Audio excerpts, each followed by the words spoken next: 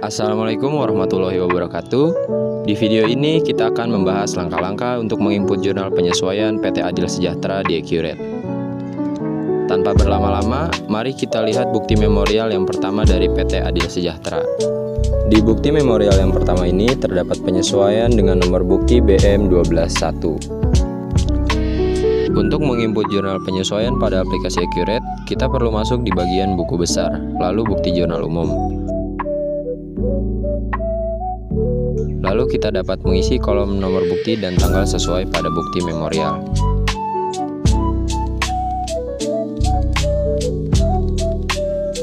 Pada bukti memorial yang pertama, di dalamnya terdapat data penyesuaian persediaan akhir suplai, beban sewa bulan Desember, beban asuransi yang sudah kadaluarsa, serta piutang tak tertagih yang ditetapkan 5% dari saldo akhir piutang. Data penyesuaian tersebut kita masukkan ke dalam kolom deskripsi.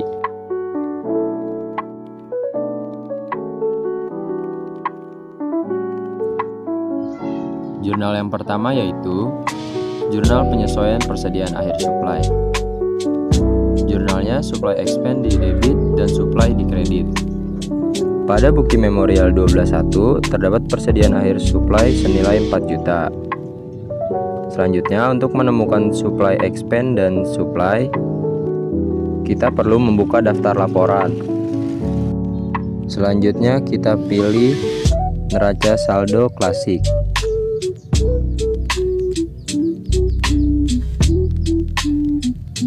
Selanjutnya kita masukkan tanggal sesuai periode. Di neraca saldo klasik terdapat saldo suplai yaitu 7 juta. Mari kita buka aplikasi Excel untuk memudahkan pekerjaan kita. Untuk menemukan nilai surplus expense, kita perlu mengurangi saldo awal suplai dengan saldo akhir suplai yang tertera pada bukti memorial. Di sini kita memperoleh nilai sebesar 3.300.000 yang akan menjadi nilai supply expense.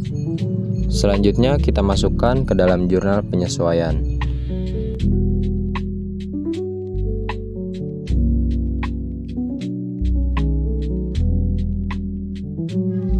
Jurnal yang kedua yaitu Jurnal Penyesuaian Beban Sewa bulan Desember.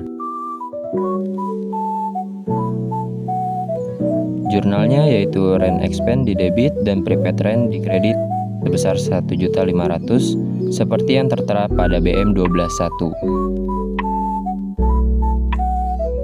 Jurnal yang ketiga yaitu Jurnal Penyesuaian Beban Asuransi yang sudah kadaluarsa. Jurnalnya insurance expense di debit dan prepaid insurance di kredit.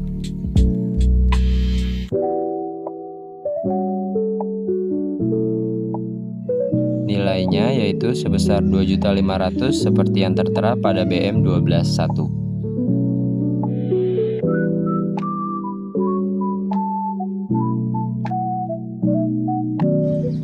Jurnal yang keempat yaitu jurnal piutang yang tak tertagih. Jurnalnya bad debt expense di debit dan allowance for doubtful debt di kredit. Untuk menemukan nilai bad debt expense, seperti yang tertera di BM121, kita perlu melihat saldo account receivable dan allowance for doubtful debt pada neraca saldo klasik. Di sini kita lihat bahwa saldo bad debt expense ditetapkan sebesar 5% dari saldo account receivable. Di sini kita hitung 5% kali saldo account receivable lalu dikurangi saldo allowance for doubtful debt. Didapatkan hasil senilai 1.978.750.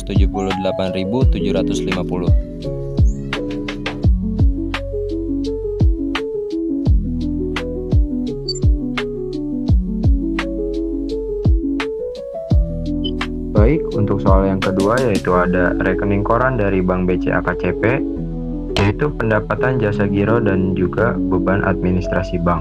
Lanjut ke aktivitas kas bank dan penerimaan.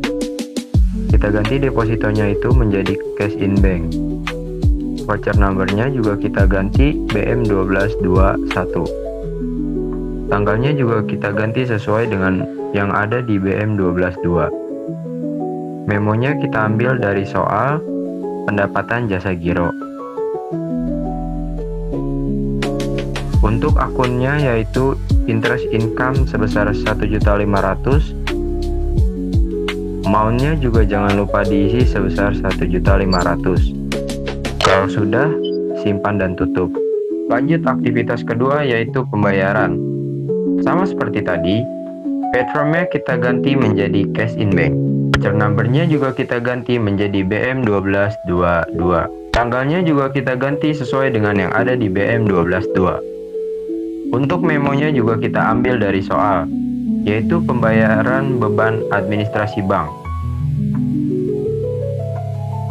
Filenya kita isi menjadi Bank BCA KCP. Untuk akunnya yaitu Bank Service Charge sebesar 250.000. Amountnya jangan lupa diisi, lalu simpan dan tutup. Oke, karena ini rekonsiliasi, kita masuk ke aktivitas lagi. Lalu ke kas bank dan rekonsiliasi bank. Jangan lupa akun banknya diganti menjadi cash in bank, lalu kita ganti tanggal rekonsiliasinya menjadi 31 Desember 2013. Enter, lalu checklist semua. Jika merasa sudah balance, kita save and close. Baik, untuk soal yang berikutnya yaitu lakukan proses akhir bulan untuk mencatat depresiasi aset tetap pada akhir bulan Desember 2013. Selanjutnya pada bukti memorial nomor BM124. Di sini ada pencatatan PPN, outcome dan income yang dipindahkan pada PPN payable dan juga pencatatan PPh badan. Cara mengentri transaksinya yaitu dengan menu aktivitas, buku besar, dan bukti jurnal umum. Di sini voucher nomornya kita isi yaitu BM124. Lalu tanggalnya juga diubah dengan 31 Desember 2013. Untuk deskripsinya kita isi PPN outcome dan PPN income dipindahkan ke PPN payable dan pencatatan PPh badan. Untuk akun yang kita gunakan yaitu yang pertama adalah PPN outcome, lalu PPN income, dan juga PPN payable. Karena tujuan kita untuk menutup akun PPN outcome dan income, maka nominal dari PPN outcome dan income kita lihat pada neraca saldo klasik. Di sini jumlah dari PPN outcome yaitu senilai 83.190.000.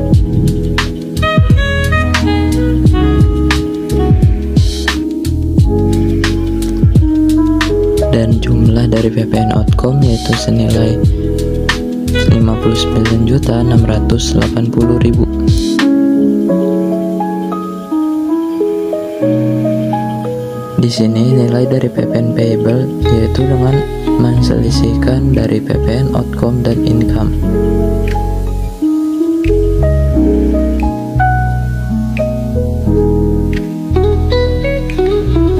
Yaitu senilai 23.510.000.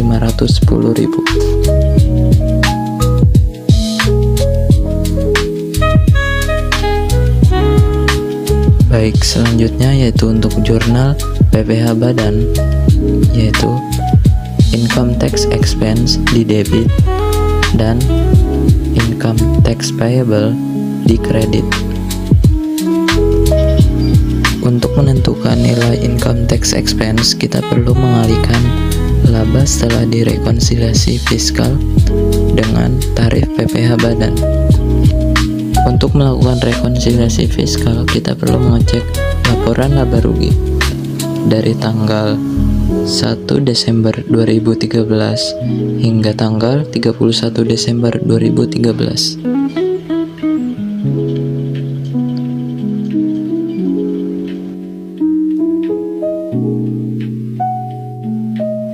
Di sini kita akan mengurangi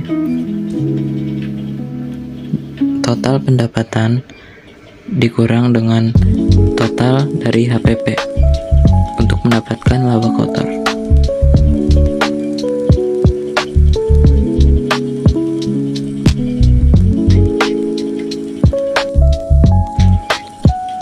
Laba kotor yang kita dapatkan sudah sesuai dengan laba kotor yang ada pada laporan laba rugi.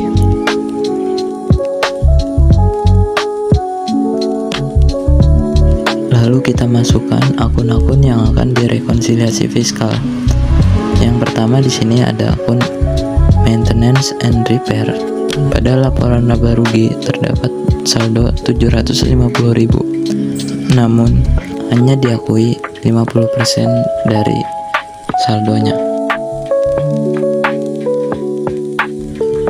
Lalu akun yang kedua yaitu bad debt expense yang tidak akan diakui karena tidak mengurangi laba sesungguhnya.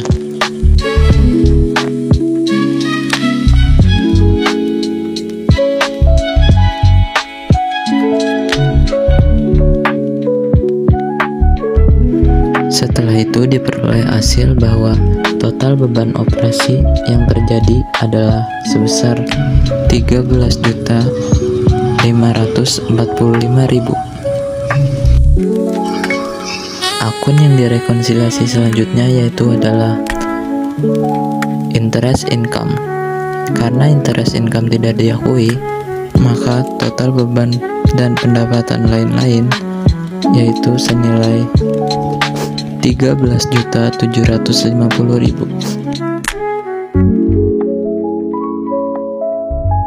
Laba setelah direkonsiliasi yang kita peroleh adalah senilai 7.520.000. Lalu kita kalikan dengan tarif pajaknya yaitu 28%. Jadi nilai dari income tax yaitu sebesar 2.105.600.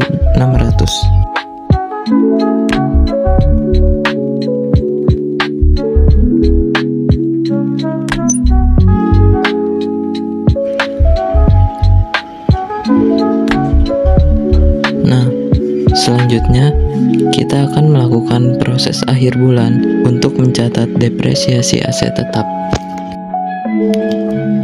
Caranya yaitu dengan ke menu aktivitas, lalu periodik, dan proses akhir bulan. Pada periodenya kita pilih Desember dan tahun periodenya kita pilih 2013.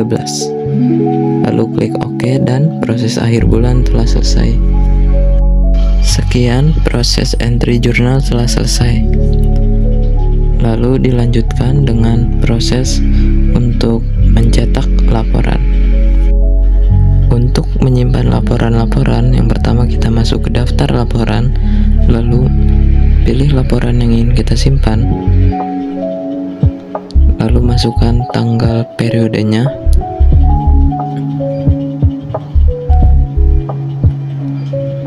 pastikan semua data sudah terupdate,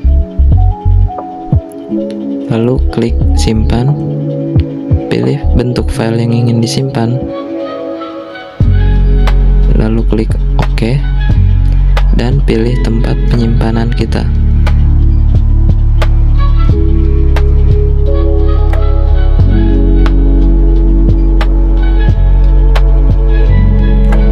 Setelah itu, kita masukkan nama yang kita inginkan.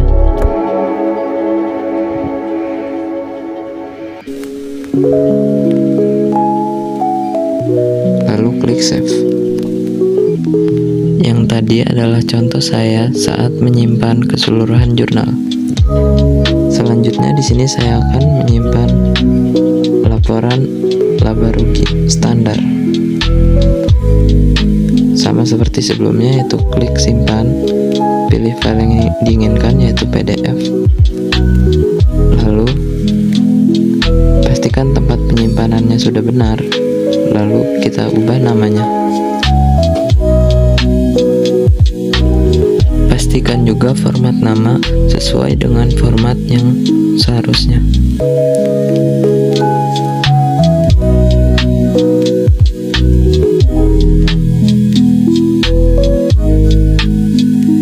Setelah sudah, klik save. Selanjutnya kita akan menyimpan laporan arus kas metode tak langsung.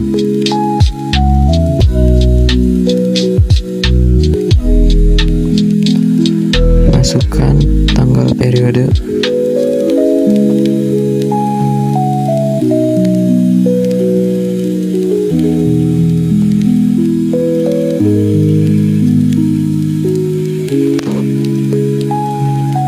lalu klik simpan, pilih file yaitu PDF, klik OK, masukkan namanya,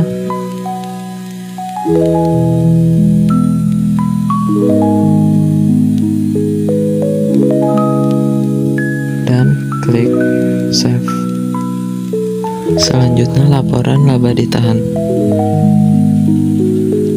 Masukkan periode tahunnya, lalu klik simpan, pilih filenya yaitu PDF,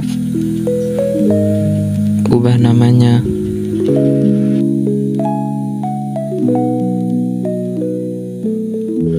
lalu save. Baik, sekiranya itu saja video dari kami kelompok 9. Kurang lebihnya mohon maaf. Terima kasih telah menyaksikan. Wassalamualaikum warahmatullahi wabarakatuh.